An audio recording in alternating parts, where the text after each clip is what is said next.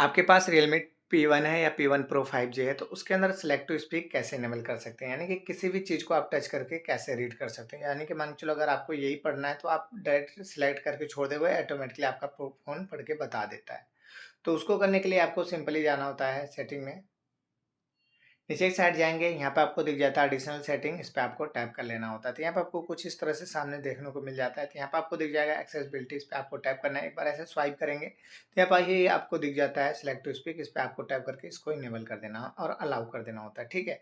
Allow कर देंगे तो यहाँ पे आपका एक स्पीकर का ऑप्शन आ जाता है। अब मान के चलो आपको यही चीज़ पढ़ना है, तो स्पीकर पे टैप करना है और किसी चीज़ को आपको ऐसे सेलेक्ट करके छोड़ देना होता है। तो कुछ इस तरह से आपका फ़ोन पढ़ के बताने लगता है, ठीक है। अब अगर बीच में ही रोकना है आपको तो रेड वाले पे टैप करेंगे ऑटोमेटिकली रुक जाएगा। अब मान के चलो अगर किसी मैसेज को आपको पढ़ना है तो उस मैसेज पे जाना है, स्पीकर पे टैप करना है, अब सेलेक्ट करके ऐसे छोड़ देना होता है।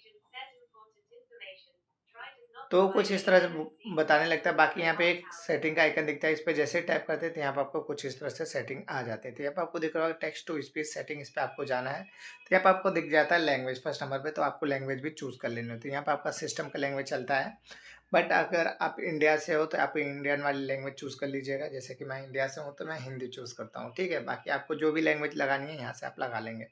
करने के बाद यहाँ पे स्पीच की स्पीड होती है कि कितना स्लो रखना है, कितना फास्ट रखना है। बाकी यहाँ से स्पीच की जो आवाज़ है मोटी रखनी है, पतली रखनी है, आप अपने हिसाब से देख लेंगे, ठीक है। अब वापस से सुनने के लिए यहाँ पे आपको ऐसे कर लेना है, ऐसे कर लेना है और ऐसे आपको सुन लेना है।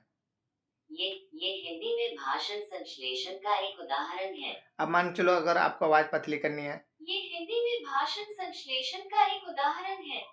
ठीक है। अब इसको फास्ट करना है तो यहाँ से आप कर ये लेंगे, हिंदी में भाषण संश्लेषण का एक उदाहरण है।